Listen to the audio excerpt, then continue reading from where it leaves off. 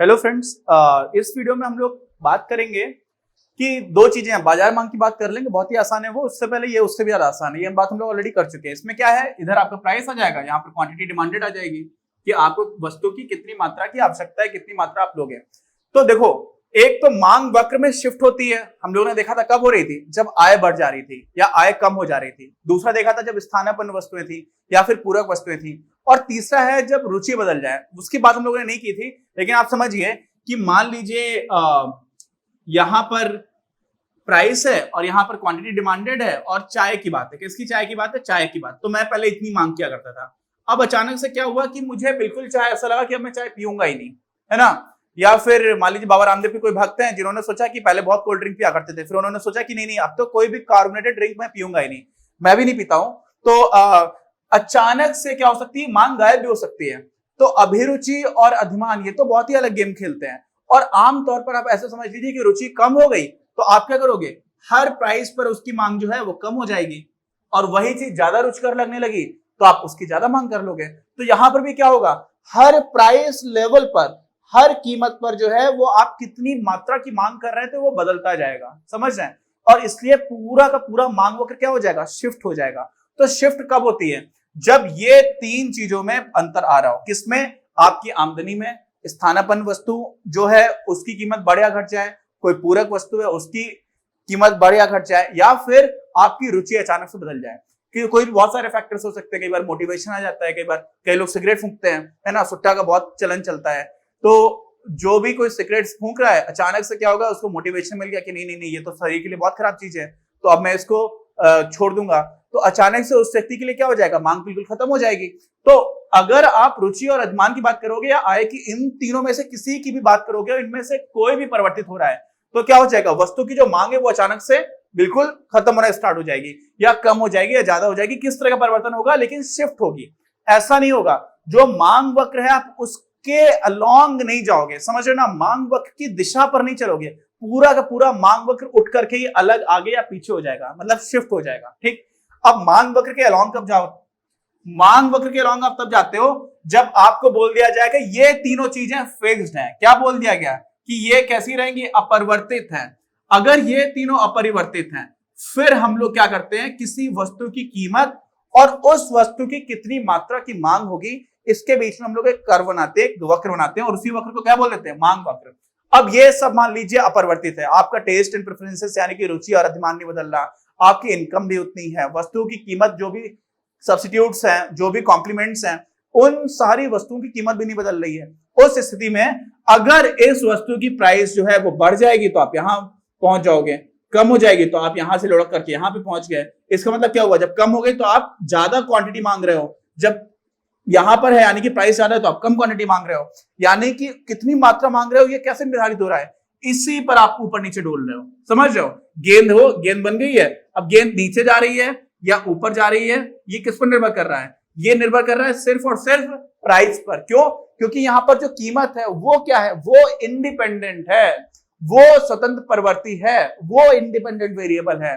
और डिपेंडेंट क्या है, क्वांटिटी डिमांडेड, कि आप कितनी मात्रा की आप मांग करोगे। तो ये हम लोगों ने पढ़ा था। और ये कैसे आ गया था, क्यू डी जो था वो किसका था, फंक्शन ऑफ प्राइस था, जब हम लोगों ने फलन की बात की थी। पुराना वीडियो याद करिए, समझ रहे हैं आप। तो ये हो जाता है। तो ये बहुत ही आसान चीज है कि मांग वक्र की दिशा में गति कब होगी, जब बाकी ये तीनों चीजें, ये तीनों फैक्टर्स, ये तीनों कारक कैसे हैं, निश्चित है, फिक्स्ड है, ये नहीं बदल रहे हैं। तब होगी क्या, तब होगी मांग वक्र की दिशा में गति, है ना। इसको हम लोग बोलते हैं movement along the curve, movement along the demand curve. कब? जब ये तीनों चीजें फिक्स्ड हैं। और इनमें से कुछ भी अगर बदल जाएगा तो मूवमेंट नहीं होगा राजा बाबू, पूरा का पूरा डिमांड कर्व ही शिफ्ट हो जाएगा, पूरा का पूरा मांग वक्र शिफ्ट होगा, बाहर की तरफ या फिर अंदर की तरफ। वो कैसे हो रहा था, हम लोगों ने अपने पिछले वीडियो में डिस्कस किया था। अच्छा, अब बात कर लेते हैं किसकी, बाजार की मांग की बात कर लेते हैं। ये तो बहुत ही आसान था, तो बाजार की मांग की बात कर लेते हैं, है ना।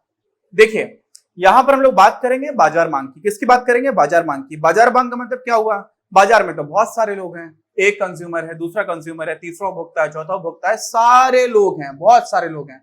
और हर इंसान का अलग अलग कीमत पर अलग अलग तरह की मांग है वस्तु की, कि वस्तु की कितनी मात्रा की मांग करेगा। ठीक।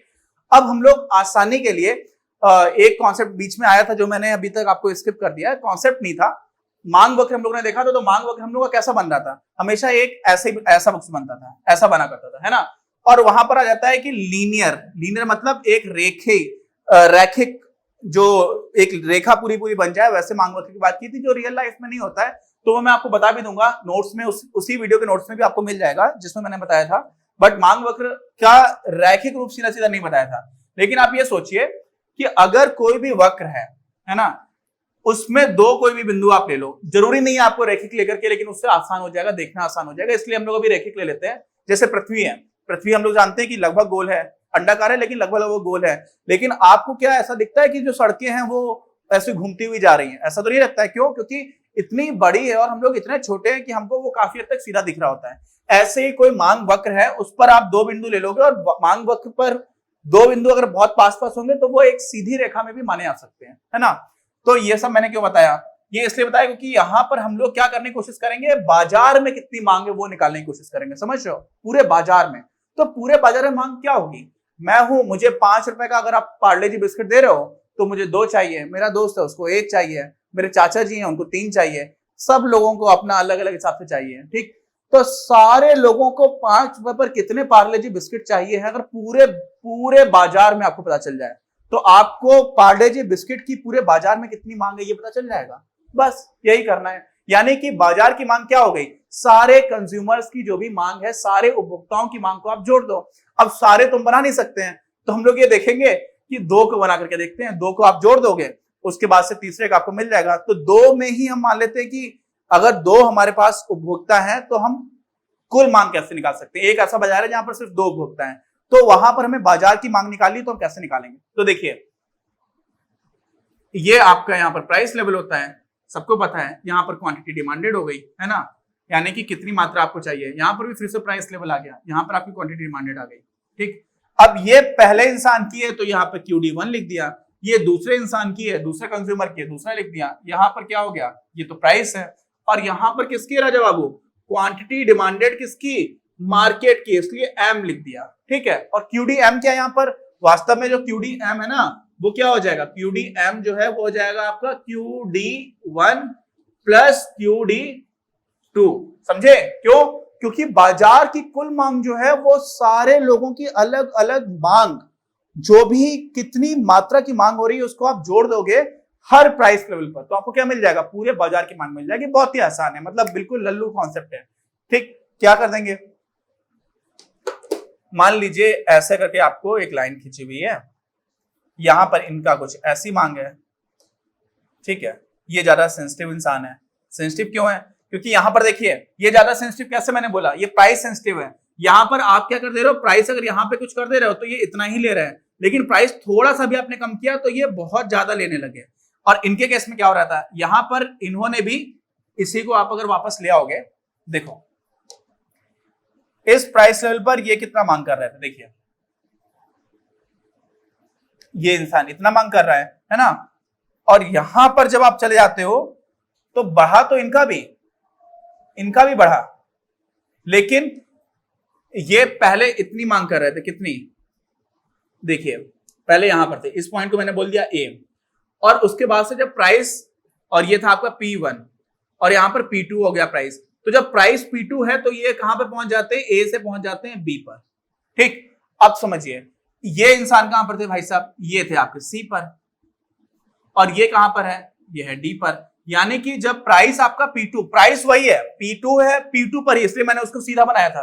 तो देखिए जब P1 है तो ये C मांग कर रहे हैं उस वस्तु की, और जब प्राइस P2 हो गया तो ये D मांग कर रहे हैं। तो इनका जब C के बाद D में जो अंतर आया है ना, वो यहां पर उतना बड़ा नहीं, यहां पर ज्यादा बड़ा है। ऐसे ही आप और नीचे चले जाओगे, ये जितना तिरछा होगा, अब सोचिए इसकी जगह अगर ऐसा कर देता मैं, तो सोच लीजिए कि यहां पर तो ये कुछ ऐसा कंज्यूम कर रहे होते और यहां पर प्राइस कम होते होते कितना ज्यादा कंज्यूम कर लेते, कितनी ज्यादा इनकी मांग बढ़ जाती। तो जितना ज्यादा यहां पर ये इसका जो प्रवणता है, जिसको हम लोग स्लोप बोलते हैं, वो जितना, समझ लीजिए कि एक्स अक्ष यानी कि ये वाला जो समस्तर हमारा अक्ष है उसके समानांतर होगा, उतनी ही ज्यादा मांग कैसी होगी। अभी हम लोग पढ़ेंगे इसमें लोचन, है ना, इसको हम लोग बोलते हैं इलास्टिसिटी, तो वहां पर आपको बहुत अच्छे से समझ में आ जाएगा। लेकिन उसके पहले आप समझ लीजिए कि ये इंसान जो है ना वो ज्यादा प्राइस सेंसिटिव है। इसमें आप इस इंसान को थोड़ा सस्ता दे रहे हो तो बहुत ज्यादा खरीद ले रहा है, ये इंसान वैसा नहीं कर रहा। और अच्छा मान लीजिए कोई इंसान लोचन में आ जाएगा, लेकिन आपके मैं एग्जाम क्योंकि आ गया थोड़ा सा टॉपिक इसलिए आपको समझ में आ जाएगा। मान लीजिए कोई इंसान ऐसा हो जिसकी मांग ऐसी है, तो उसने क्या किया, इतने प्राइस पर भी इतना खरीद रहा है, और यहां पर जब प्राइस आपने कर दिया तो बहुत ज्यादा नहीं खरीदा, यानी कि आप बहुत सस्ता कर दे रहे हो फिर भी वो थोड़ा ही खरीद रहा है, तो वो उस इंसान की जो मांग है वो बहुत ज्यादा प्राइस सेंसिटिव नहीं है, प्राइस यानी कि कीमत के प्रति बहुत ज्यादा संवेदनशील नहीं है। और ये सिर्फ उपभोक्ता पर निर्भर नहीं करता है, कुछ अलग अलग तरह की वस्तुएं भी होती हैं। वो कैसी होती है इसकी जब हम लोग बात करेंगे लोचन की, है ना, मांग में लोचन की, तो हम लोग उसको बोलते हैं इंग्लिश में इलास्टिसिटी ऑफ डिमांड, ठीक है। और फिर अलग अलग तरह की इलास्टिसिटी होती है, जब उसकी बात करेंगे तो मैं आपको वहां पर बताऊंगा। तो देखिए हमें क्या करना है, यहाँ पे बाजार की मांग निकालनी है। तो सीधी सी बात है, पहला कंज्यूमर हमारे यहाँ ए कंज्यूम कर रहा है जब P1 है, और P2 पे कितना कर रहा है B, और दूसरा जो है वो क्या कर रहा है, जब P1 है तो उसको चाहिए C, और P2 है तो उसको चाहिए D। तो पूरे बाजार को क्या चाहिए होगा, पूरे बाजार को सीधी सी बात है इसी प्राइस लेवल पर अगर आप देखेंगे, देखिए ये प्राइस लेवल है आपका, ये तो आपको यहां पर मिल जाएगा ये प्राइस लेवल, ठीक। और ऐसे ही नीचे आप देख लेंगे तो आपको क्या मिलेगा, ये है, तो यहां पर आपको ये प्राइस लेवल मिल गया, ठीक। तो लगभग सीधा है। अब P1 पर बाजार में कितनी मांग होगी भाई, ये इसको A चाहिए और इसको C चाहिए, तो क्या हो जाएगी A और C, तो आपको मिल जाएगा C प्लस A। ये हो गई क्या, क्वांटिटी डिमांडेड, जितनी मात्रा की मांग है बाजार में वो कितना हो गया A धन C, और ये आप इसी के ऊपर पॉइंट खींच दोगे आपको मिल जाएगा ये सीधा हो गया। ऐसे ही ये देखिए अब क्या हो रहा है, इस बिंदु पर क्या हो रहा है, इस बिंदु पर क्या हो रहा है, B है और ये D है, यानी कि A को B चाहिए जब P2 है प्राइस, और दूसरा क्या कह रहा है, उसको D मांग चाहिए। तो B और D दोनों को आप मिला दोगे। B और D में आप कंफ्यूज क्यों हो रहे हो यार, सोच लो कि कोई संख्या लिखी हुई है, ये 2 लिखा हुआ है, ये 6 लिखा हुआ है, ठीक। अब यहाँ पर क्या लिखा हुआ है, ये 3 लिखा हुआ है, और ये आपका लिखा हुआ है 8। तो आप अब आराम से समझ लो, यहाँ पे अब उसको 5 चाहिए बाजार में, और यहाँ पर क्या हो गया 8 और 6 14 हो गया, तो यहाँ पर कहीं पे आ जाएगा, है ना। जब संख्या दिख जाती तो आप लोग, कई लोग ऐसे हैं जो यार जैसे ही वो देखते हैं ना अल्फाबेट्स से डर जाते हैं, कुछ नहीं होता यार, वही लिखा हुआ है समझ लो। तो अब ये 14 हो गया, तो 14 कहां पर आ रही है, 14 तब आ रही है जब प्राइस कितना हो गया है, P2 है। तो अब आपके जो बाजार की मांग है, समझ रहे हैं, बाजार की मांग जो है वो आपकी ऐसी बन जाएगी, ये आपके बाजार का मांग वक्र हो जाएगा, समझ गए, समझे कि नहीं समझे। अब इसमें एक चीज है वो भी मैं बता ही देता हूं, क्योंकि आप सोचोगे कि क्यों छोड़ना है, तो कुछ क्यों छोड़ दो, और वैसे भी छोड़िए नहीं। अभी ये सारी चीजें बेसिक्स है, आपका इकोनॉमिक्स में बेसिक बन रहा है, ये सारी चीजें आप देखते चले जाओगे ना तो हायर एजुकेशन में बहुत फायदा होगा। और फिर यूपीएससी प्रिपरेशन अगर आप कर रहे हो, इकोनॉमिक्स आपका सब्जेक्ट है, तो बहुत सारी चीजें ऐसी हैं जो ये बेस बना देता है। फिर बहुत सारी चीजें आ रही होती है वो इन्हीं से सब जुड़ी हुई हैं, बहुत कुछ ऐसा है यूपीएससी के सिलेबस तक। तो मैं आपको बता रहा हूं कि कोई भी ये सारे कॉन्सेप्ट्स आप कवर करते होंगे, सब कुछ काम में आएगा, कोई भी एक ऐसी चीज नहीं जो काम में नहीं आएगी। तो यहां पर क्या हो रहा है, P1 पर आपकी जो मांग है वो A प्लस C, यानी कि 2 और 3 थी तो 5 हो गई, और P2 पर जो अगर 6 और 8 थी तो 14 हो गई। ये आपकी बाजार की मांग आ गई, समझ गए। तो ऐसे हम लोग बाजार की मांग निकाल लेते हैं। अच्छा, इसमें बताना क्या था, बताने ये था कि अगर यहां पर QD1 आपको दे रखा है, तो QD1 क्या दे रखा है, कुछ भी दिया हुआ है, QD1 है, यहां पर ये फंक्शन ऑफ P है, और यहां पर QD2 क्या है, ये भी फंक्शन ऑफ P है, लेकिन ये फंक्शन अलग अलग है, इसलिए इसको F2 बोल दो और इसको F1 बोल दो, समझ गए, नहीं समझे। तो यहां पर जब क्वांटिटी हम लोग किसमें, पूरे बाजार में बात करेंगे तो QDM बोल देंगे, ये क्या हो जाएगा, ये हो जाएगा फंक्शन 1P और फंक्शन 2P।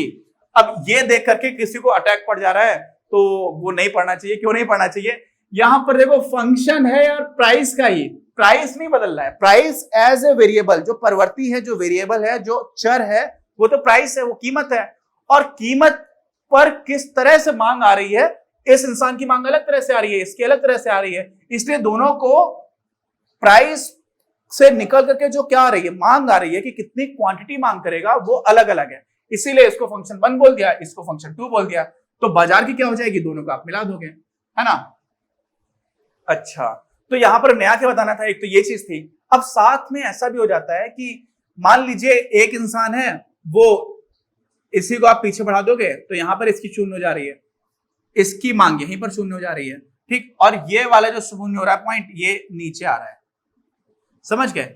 इसका मतलब क्या हुआ कि इस लेवल के ऊपर जब प्राइस चला जा रहा है, इस लेवल के ऊपर, समझ रहे हैं, इसके ऊपर आप जाओगे तो ये इंसान कुछ मांग ही नहीं कर रहा, इसकी मांग हो गई शून्य।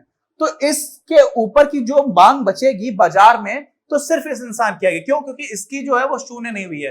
तो अगर आप इस केस में दोनों की मांग मिला करके बनाओगे तो एक जर्क मिलेगा, मतलब ऐसे करके फिर ऐसे बन करके आ जाएगा। इतना महत्वपूर्ण नहीं है। अगर इसमें कोई डाउट हो रहा है मैं उसको नोट्स में तो डाल दूंगा, बट किसी को डाउट है कि वो कैसा होगा तो मैं बता देता हूं। बस इतना ही से समझ लीजिए कि यहां से जब इस इंसान की मांग शून्य हो गई तो क्या हो जाएगा, ये F2P तो शून्य हो जाएगा उस वाले प्राइस पर। क्यों? क्योंकि उस प्राइस के ऊपर तो वो मांग ही नहीं कर रहा है, तो सिर्फ आपका ये बचेगा। समझ गए? तो ये हमारी होगी बाजार की मांग। इसके नोट्स भी, इस वीडियो के नोट्स भी आपको हर वीडियो की तरह इस वीडियो के डिस्क्रिप्शन में मिल जाएंगे। हम लोग मिलेंगे अपने अगले वीडियो में जिसमें हम लोग मांग में लोचन की बात करेंगे, जो काफी इंटरेस्टिंग है। अभी तक आप लोगों ने स्लोप पढ़ा है, प्रवणता पढ़ी है, तो कई लोग प्रवणता और लोचन में कंफ्यूज हो जाते हैं। और हम देख लेंगे बहुत स्पष्ट रूप से, क्या देख लेंगे कि किसी भी तरह से प्रवणता को हम लोग इलास्टिसिटी, लोचन, उससे नहीं माप सकते। और जिन लोगों ने इकोनॉमिक्स नहीं पढ़ी है ना, वो लोग तो बहुत आसानी से कंफ्यूज हो सकते हैं। और जिन्होंने एक बार ये कॉन्सेप्ट पढ़ लिया फिर वो समझ जाएंगे कि हाँ, इलास्टिसिटी यानी कि लोचन और प्रवणता दोनों ही अलग अलग चीजें हैं। तो हम लोग मिलते हैं अपने अगले वीडियो में। अपनी क्लास का उद्देश्य आप सभी के लिए आप ही की भाषा में गुणवत्तापूर्ण शिक्षा उपलब्ध कराना है। कक्षा 12 तक के सभी प्रमुख विषयों पर हम वीडियोस बना रहे हैं और कुछ विषयों पर वीडियोस आपके अपने चैनल अपनी क्लास की ही अन्य प्लेलिस्ट पर अपलोड भी हो चुके हैं। ज्ञान के प्रकाश से देश को सशक्त बनाने के हमारे इस प्रयास में इस चैनल को सब्सक्राइब करके और लोगों के साथ शेयर करके अपना बहुमूल्य योगदान जरूर दें। पढ़ेगा इंडिया तो बढ़ेगा इंडिया।